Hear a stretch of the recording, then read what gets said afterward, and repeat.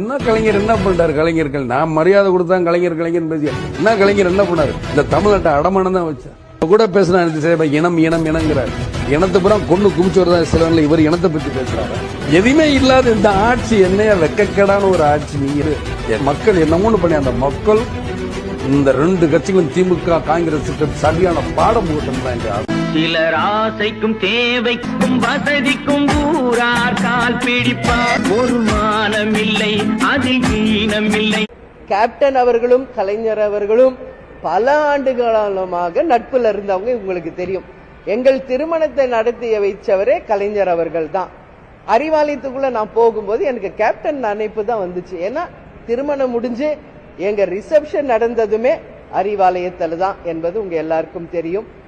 பல ஆண்டுகளாக அவங்க குடும்பமும் எங்க குடும்பமும் ரொம்ப நெருக்கமாக பழகியவங்க தான். ஆனா அரசியல் என்று வந்த பிறகு கூட்டணி என்று வரும்போது எத்தனையோ முறை பேசப்பட்டாலும் அது நிறைவேறாமலேயே இருந்தது.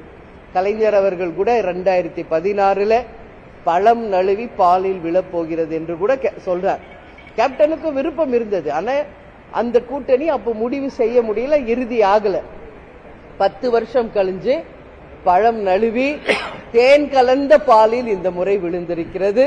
அது மட்டும் இல்லை, இது எல்லோரும் வரவேற்கின்ற ஒரு கூட்டணியாகவும் அமைஞ்சிருக்கிறது என்பதை இந்த நேரத்தில் நான் மகிழ்ச்சியோட பகிர்ந்துக்கிறேன்.